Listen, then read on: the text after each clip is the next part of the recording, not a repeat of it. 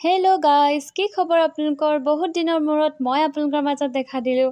আৰু মই যিহেতু বহুত দিনৰ পৰা ভিডিঅ' বনোৱাই হোৱা নাই, আৰু যিখিনি ভিডিঅ' আছিলে সেইখিনি মানে চব বৰবাদ আৰু চব ডিলিট কৰি দিলে। আৰু মানে আমাৰ পোৱালি এটা আহিছিলে, বাচ্ছা এটা, আৰু মোৰ ফোনটো দিলেও গোটেই ভিডিঅ'খিনি ডিলিট কৰি দিলে। মানে তাৰপিছত মোৰ ভিডিঅ' বনাবলৈ মন নগ'ল, যিহেতু ইমান ধুনীয়াকৈ বনোৱা ভিডিঅ'খিনি, আৰু মানে ইমান মৰম দিছিলে আপোনালোকে।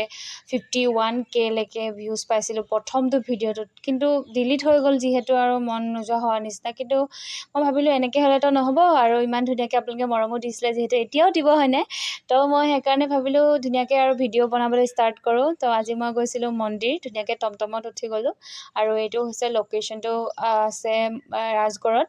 আৰু এইটো জুৰীয়া থান বুলি কয় ইয়াত, যিহেতু শিৱ ভগৱান আৰু মা পাৰ্বতীৰ আৰু লগতে হনুমান মন্দিৰ আছে ইয়াত, আপোনালোকে আহিব পাৰে।